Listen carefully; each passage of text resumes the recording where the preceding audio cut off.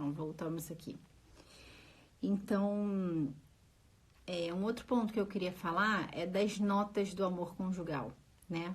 Quais são 5 notas do amor conjugal, né? Então, o amor conjugal, primeiro, ele é um amor humano, ou seja, ele não é um amor entre duas coisas que não são pessoas, né? Então, é um amor entre duas pessoas, né? O que significa que o amor humano, ele tem essa dimensão física, né, do corpo, e ele tem a dimensão da alma, né? Então, quando a gente fala, aqui a gente está falando muito da dimensão da alma, né, em relação aos defeitos, a gente está falando em relação a coisas da inteligência, da vontade, né?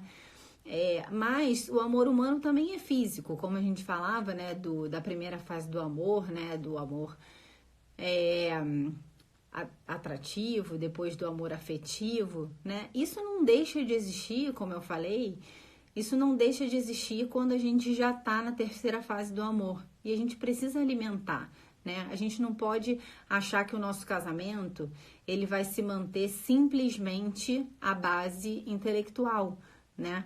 É claro que saber dessas coisas nos ajuda muito, só que a gente precisa conseguir dar elementos também para outra esfera humana, que é o corpo, para outra pessoa, né? Então, por isso que o ato conjugal é importante, né? O relacionamento sexual é importante, por isso que a gente se vestir bem é importante, a gente tentar estar bem fisicamente é importante, a gente descansar é importante. Então, a gente alimentar outra pessoa é importante, alimentar mesmo, assim, dar comida para outra pessoa, a gente ter na nossa casa uma casa em que é uma casa que tem um cheiro agradável, que é uma casa que tenha uma comida agradável, que é uma casa que tenha um ambiente agradável. Isso tudo é humano, né? Isso tudo faz parte do humano. A gente não pode achar que a outra pessoa vai nos amar só porque ela sabe que a gente fez um compromisso definitivo. Não pode, a gente tem que dar elementos humanos também no sentido do corpo e da sensibilidade para outra pessoa, né? Senão esse amor não seria completamente humano. A gente precisa cuidar desses dois aspectos, né? Outra nota do amor é que é um amor total, né? Então, o amor humano é um amor total. Ou seja, o amor humano, ele pede tudo. Ele não é um amor que a gente pode dar só uma parte, né? A gente não pode, sei lá, imagina a gente vai numa festa de aniversário e a gente fala assim, então, eu comprei esse presente pra você, super especial, e eu vou te dar. Só que você só vai ficar com ele 1 semana, tá? Ou então vai ficar com ele 1 ano. Depois eu vou pegar ele de volta. A pessoa vai falar, ué, como assim? Você tá me dando ou não tá me dando? Né? Não tô entendendo. Então, com o nosso coração, com o nosso todo humano, a gente precisa dar tudo pra pessoa. E para sempre. A gente não pode exigir eu só dou, mas sei lá, se eu começar a querer dar pra outra pessoa, toda então daí eu vou dar, né? Não dá, porque como é que a outra pessoa também vai se entregar para nós, para que a gente consiga viver toda essa realidade do amor que a gente tá falando, se a gente não se entrega totalmente para outra pessoa. Então, o amor conjugal é um amor total, que ele quer tudo, né? Que ele exige tudo de nós. E isso, como eu falei, não é tirar nossa liberdade, é a gente saber que aí está a nossa liberdade, aí está a escolha do bem, aí está o nosso desejo de colocar a construção da nossa personalidade dentro dessas circunstâncias, né?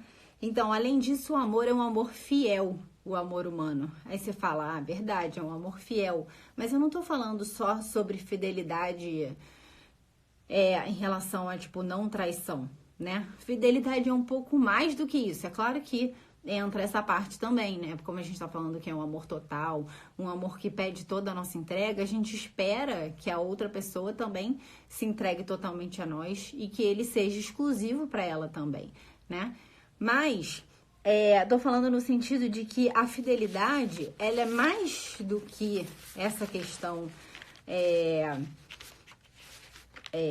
de traição, né?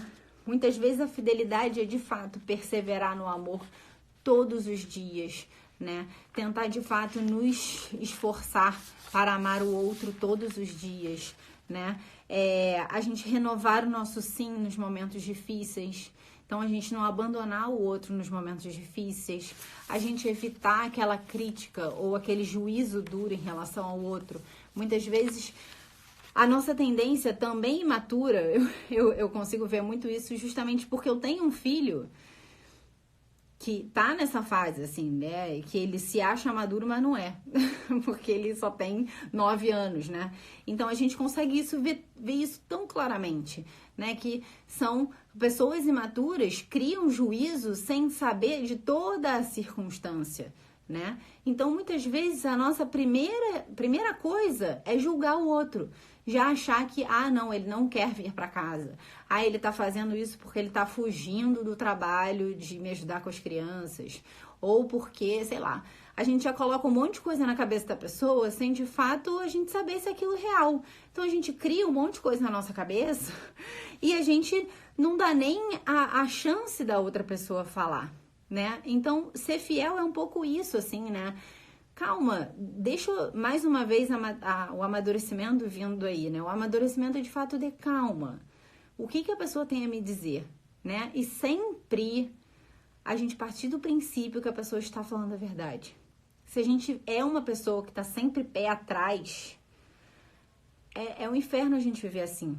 Porque a gente está sempre, eu acho que a pessoa, né, não tá me falando totalmente a verdade e tal, e isso é muito ruim, né? A gente tem que sempre partir do princípio que as pessoas são boas, principalmente a pessoa que a gente escolheu ficar do lado dela, né? Então é isso, né? E aí, a gente pode pensar, Samia, poxa, você tá falando que o amor é fiel, exclusivo, mas como é que eu vou saber se eu vou amar essa pessoa o resto da minha vida? Primeiro, como eu disse, né, o amor é uma decisão, o amor não é uma sorte, né? É uma sorte a gente encontrar uma pessoa que a gente vai noivar e que a gente vai casar, né? Nem todo mundo tem essa sorte de encontrar uma pessoa para casar, né? Nem todo mundo tem esse chamado, mas o amor é muito mais do que isso. A gente não sabe se a gente vai, de fato, amar essa pessoa pro resto da vida. Porque depende da gente, né? Aí você fala, tudo bem, mas também depende do outro. Se, poxa, o outro começa a, de fato, sei lá, me bater, sei lá, alguma coisa assim, bem bizarra, assim, a ser muito infiel, eu não sei o quê, são outras circunstâncias, né, de fato. Mas a gente tá falando aqui da maioria dos casamentos. A maioria dos casamentos não é tão problemático assim. A maioria das vezes a gente se coloca mais problema do que de fato tem, né? Então é isso.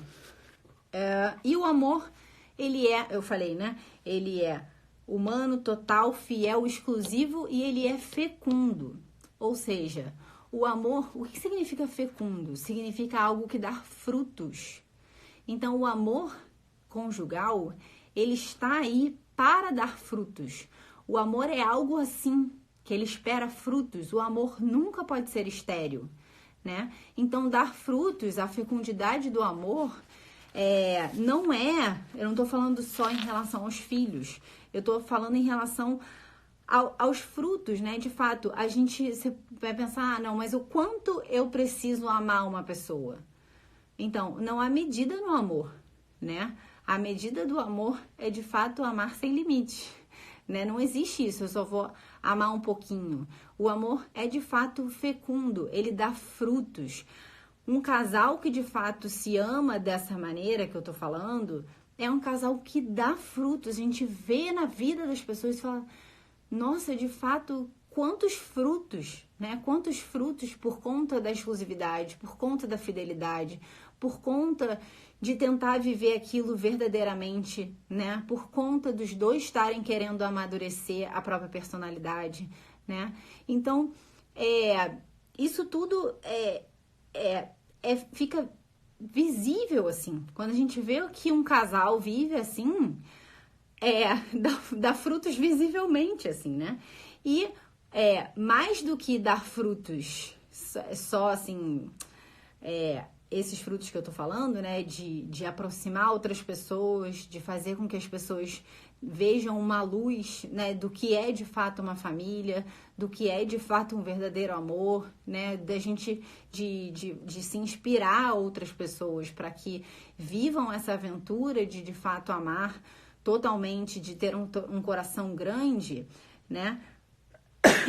Tem os filhos, né? Uma vez eu li isso, acho que foi a Dora Porto que escreveu num livro dela que eu li bem no início do meu casamento, e ela falava assim, o amor entre o marido e a mulher, ele é tão real, a entrega dos dois é tão real, tão total, que depois de 9 meses é possível você vai dar um nome para esse fruto, né?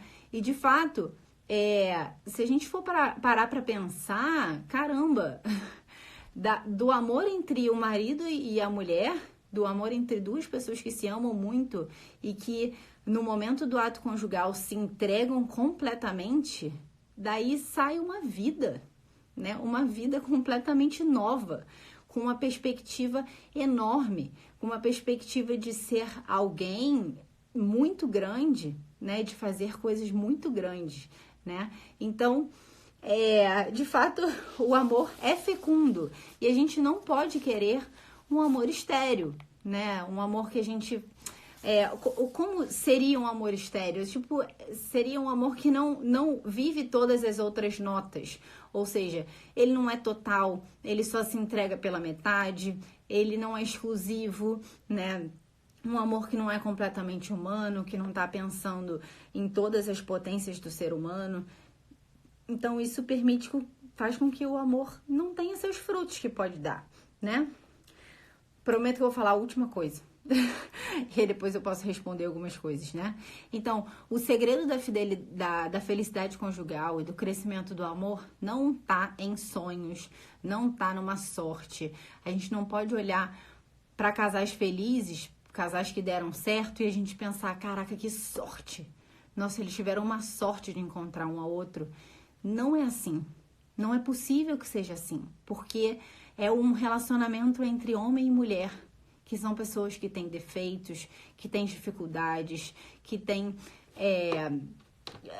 as circunstâncias de vidas difíceis, né? Como eu já falei pra vocês uma vez, por que a gente acha que as circunstâncias dos outros é muito mais fácil do que a nossa? Porque muitas vezes é mais fácil a gente conta a história do outro e a gente só conta a parte boa, a gente só tá vendo a parte boa. Como é que as pessoas também vão ficar expondo todas as suas mazelas o tempo todo? Não dá, não dá. A gente conta, ainda que às vezes a gente conte as dificuldades, a gente não tá... As pessoas que estão ouvindo não estão vivendo a dificuldade, elas estão ouvindo, contando uma história, né? Então, a gente tem que olhar para nossa vida assim, a nossa vida também é uma história. Como a gente conta essa história, né? Então, como que a gente está construindo isso? Então, o amor conjugal, ele não é um amor de sonhos, ele é um amor de realidade. Então, a realidade que se vive todos os dias, né? Então, eu queria aqui dar umas dicas diárias de vivência do amor. Anotem aí. Então, primeiro, procurar saber o que o outro pensa de assuntos importantes, como, por exemplo, a educação dos filhos, como trabalho, como relacionamento entre a família e a outra pessoa, né? Então, é importante a gente tentar ter esse diálogo, né? A gente não pode ter esse diálogo só quando a gente tá mal, né? Então, tipo, a gente tá brigando, vamos discutir a relação. Vai dar errado, né? Porque a gente tá chateado, porque a gente tá... magoado, e é claro que a gente vai ter mais críticas do que a gente vai ter, de fato, uma conversa construtiva. Então, casamos, estamos noivos, já é bom a gente já tentar, de vez em quando, ter essas conversas, de repente ter um livro que a gente leia e que os dois leiam e que os dois conversem sobre o assunto. Assistir as lives do Dr. Ítalo é ótimo, para que quantos casamentos ele já salvou, para que as pessoas saibam o que o outro pensa, né? Muitas vezes a gente nem sabe. Existem cursos ótimos de amor matrimonial, curso de primeiros passos, de educação de filhos, né? Essas coisas que a gente vai falando no Stories. Tenta conversar, sabe, com um e com o outro. Poxa, o que você acha disso? Você concorda, não concorda? Poxa, eu ouvi que o fulano falou disso nesse ponto de vista. O que você acha? Enfim, né? A gente ir conversando para quando vierem as dificuldades, a gente já saber qual é o ponto de vista do outro, né? Então, isso é um ponto. O contato visual, né? Então, assim, quando a gente está conversando com outra pessoa, a gente precisa olhar para outra pessoa, para saber de fato o que ela tá falando, porque a gente não fala só com as palavras, a gente fala com os nossos gestos, a gente fala com os nossos olhos, né?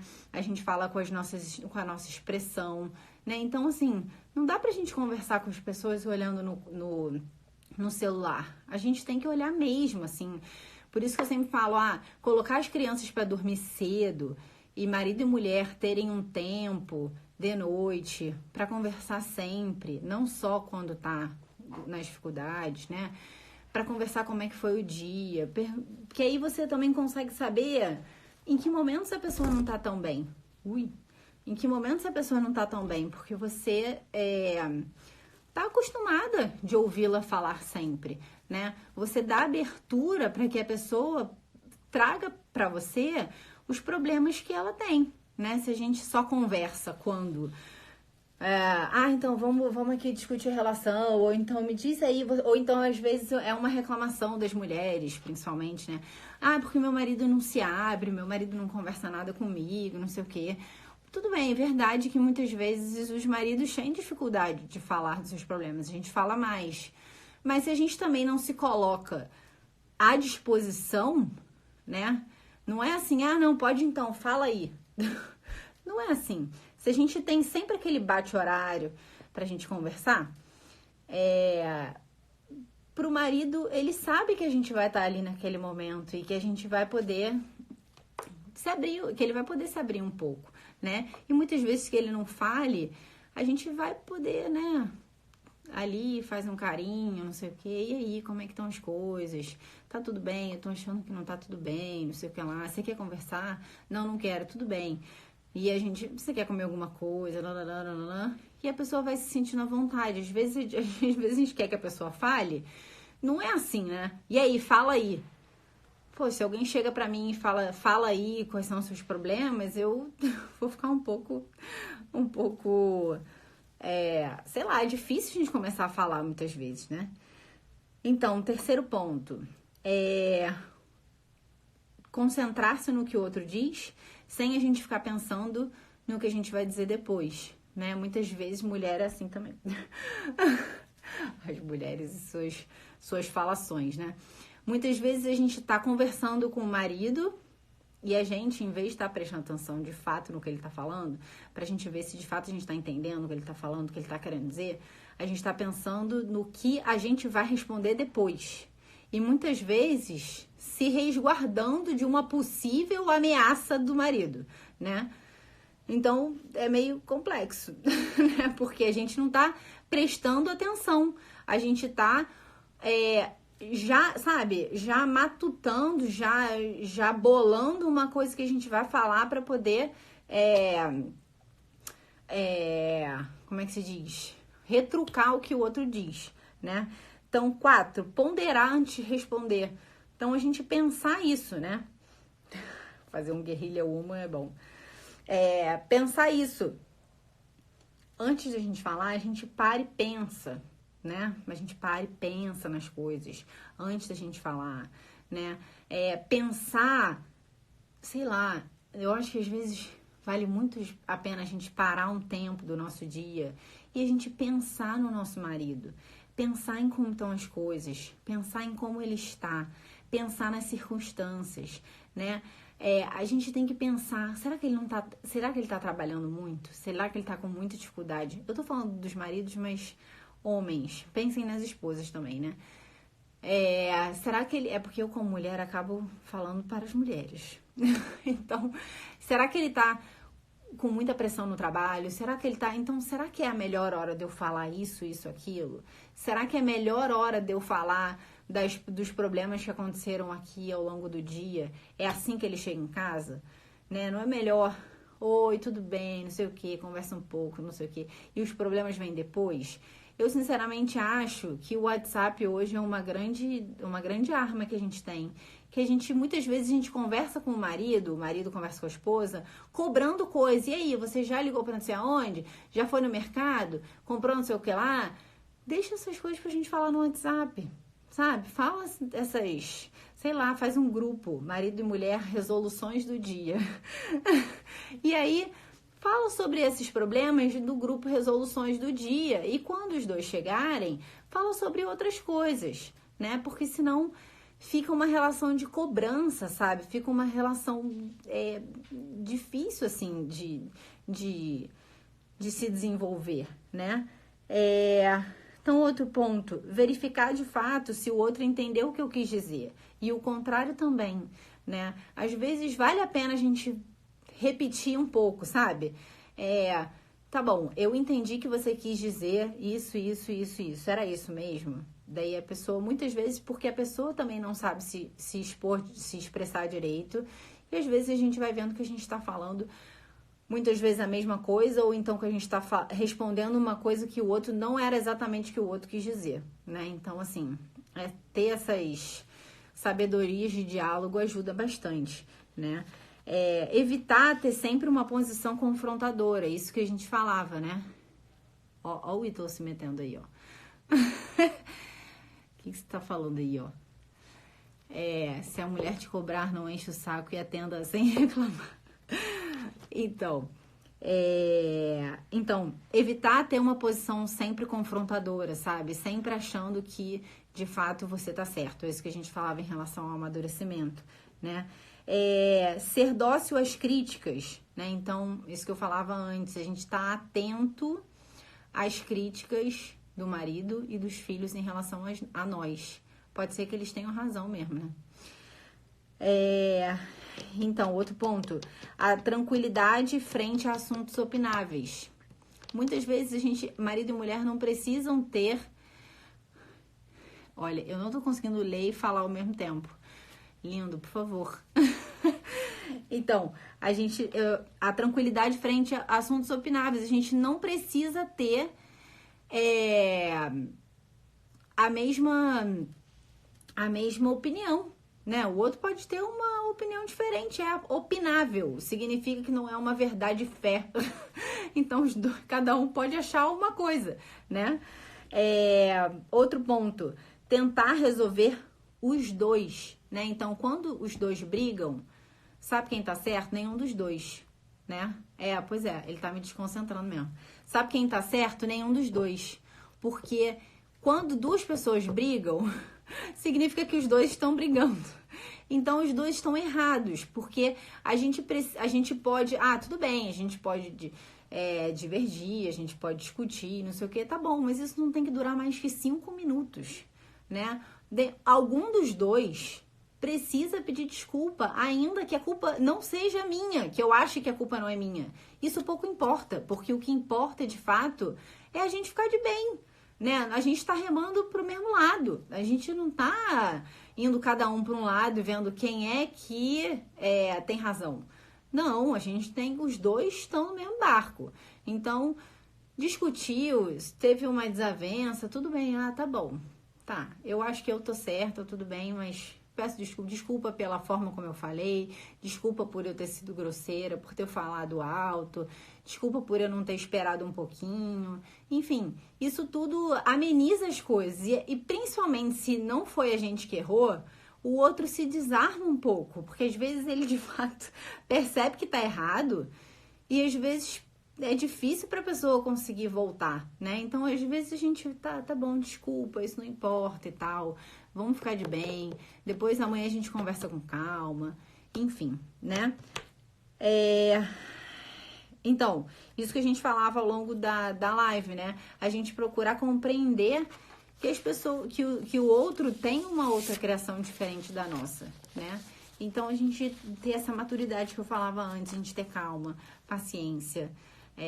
As coisas, a gente vai conseguir construir um projeto comum, mas à base de paciência, de atenção, da gente se confrontar com a nossa realidade e a gente agora, a partir daí, conseguir construir uma realidade nova, né? Outro ponto é dar primeira importância às pessoas e depois às coisas, né? Sei lá, muitas vezes a gente se preocupa com as situações materiais, digamos, né? Sei lá, a gente se preocupa com as coisas da casa, ou com as crianças, ou que, sei lá, a educação das crianças, ou o nosso trabalho e tal. E às vezes a gente esquece das pessoas que estão ali naquela circunstância, né? Então isso atrapalha muito. Então, não reclamar e não falar mal das pessoas, principalmente do nosso marido para outras pessoas, né? Como eu falava, nós temos que ser uma coisa só. Então, assim, não, mas poxa, eu não posso conversar com a minha mãe sobre meu marido? Sinceramente, eu acho que não.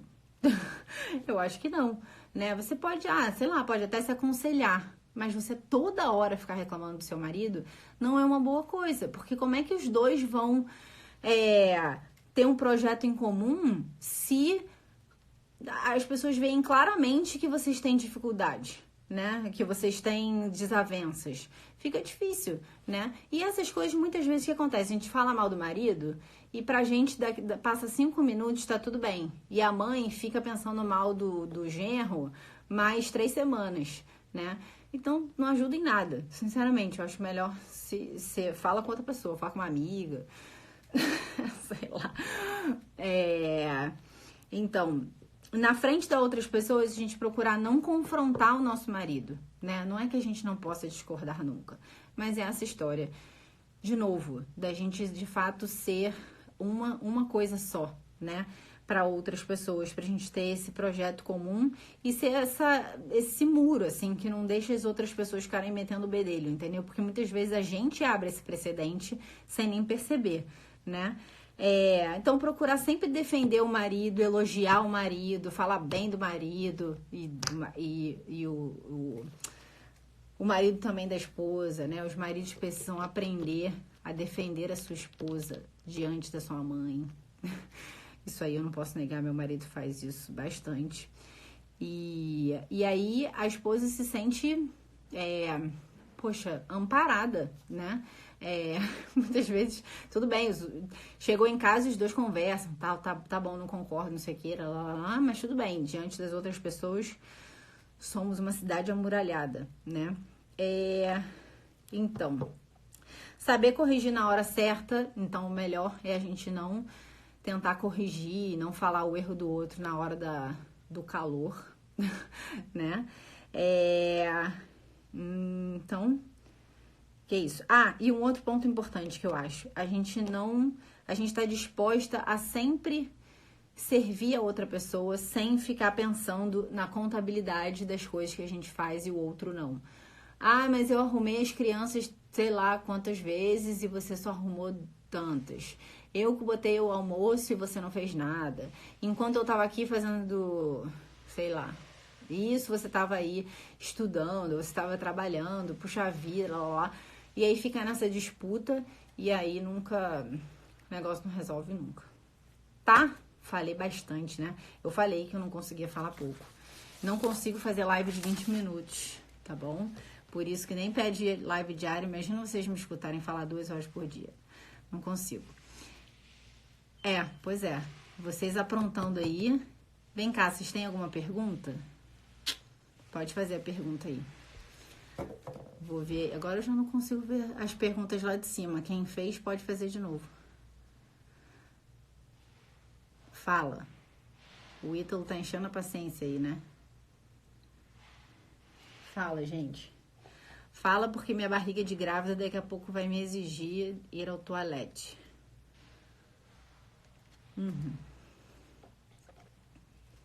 Gostou? Que bom. Falei muito, né? E aí? Alguma pergunta? Ou posso acabar? Fala, Ítalo. Você tem alguma pergunta? Ai, ai. Ó, vou esperar vocês falarem. Se alguém perguntar alguma coisa, não gravo live por um mês. Porque ele quer que eu volte logo pra casa. Ai, Jesus. Então, sobre a infidelidade, até quando aguentar a infidelidade? Então, olha só. Eu acho que... Deixa eu ver como é que eu vou falar isso, tá? Então, é óbvio que... Isso que eu falava, né? O amor, ele, a princípio, ele é pra sempre, assim, né? A gente deve não ficar pensando nessa mentalidade divorcista. Qualquer coisa a gente termina, enfim, né? Mas é claro que existem várias circunstâncias, sei lá, eu não sei o que você tá falando exatamente, assim, né? Mas assim, caraca, me trai toda semana, alguma coisa assim. Aí tem que ver se é possível, né? Assim, como que se faz isso? Mas tem que ver também, enfim, essas circunstâncias e pornografia, uma série de coisas. Eu acho que a princípio não é fazer com que a pessoa... a gente já termine, né? Assim, é tentar de fato ajudar o outro, né? O meu digníssimo marido me falou uma coisa uma vez, que toda vez que eu falo isso eu quase choro. Uma vez eu contei isso para algum dos alunos dele e quase chorei. Que ele falou para mim que ia chegar no céu me segurando no colo, né? E aí, eu acho que a gente tem que ter essa mentalidade, sabe? De querer fazer com que o outro seja uma pessoa melhor, né? Eu sei que não é fácil, assim, traição é uma coisa difícil, né? A gente, puxa, se sente mal, assim, a pessoa que recebeu a traição, poxa, se sente mal, certamente, né? Não é uma situação fácil, mas a gente tem que ver a medida das nossas possibilidades, como que a gente consegue ajudar aquela pessoa, né? E levando sempre em conta tudo isso que a gente falou aqui, né? Da construção, de fato, de um amor saudável, para que as coisas não cheguem nesse ponto, né? É claro que muitas vezes, não tô dizendo que a culpa, traiu porque a culpa é da pessoa que foi traída, né? Claro que não. Mas muitas vezes a gente pode fazer um meia-culpa, assim, poxa, será que eu tô dando atenção suficiente? Será que eu tô imaginando que o amor é só uma coisa do intelecto e tô descuidando dessa parte material, sabe? Do meu cuidado pessoal, do nosso relacionamento diário, sabe? De uma série de coisas. Eu não de novo, eu não tô dizendo que a culpa é da pessoa, tá? Mas são coisas que a gente precisa analisar como um todo para poder tomar uma decisão, tá? Peraí, que agora foi um monte de pergunta. E aí passou, já era. Peraí.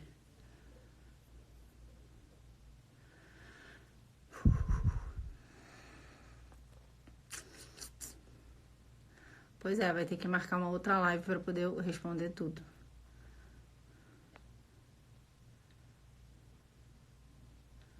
Ih, gente, olha o outro aqui. Não faz pergunta pro Ítalo, não, porque senão ele vai entrar aqui na live e já era. Como você controla o estresse do cansaço? Então, eu acho que uma vez uma pessoa me falou que... Porque eu tendo a ser...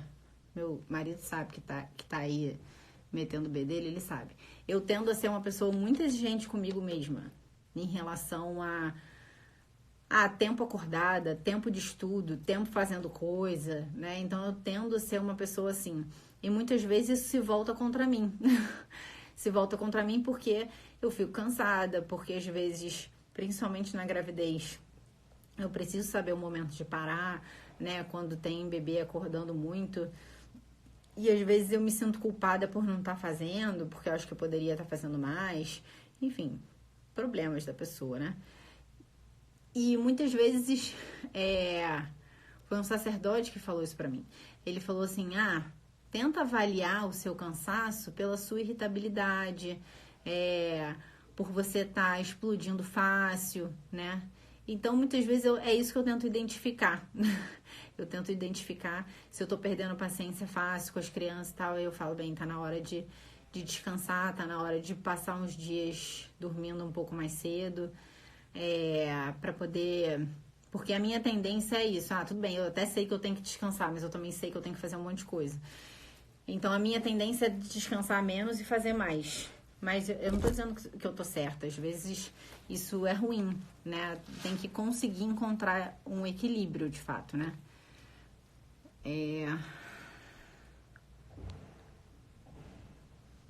Então,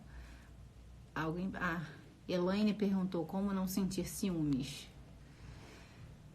Então, eu não sou uma pessoa muito ciumenta, não. Mas, eu tento, de fato, confiar no meu marido, assim, né? E eu acho que essa é a solução. Porque eu não posso estar com ele o tempo todo. Eu não posso exigir que ele não fale com pessoas do outro sexo.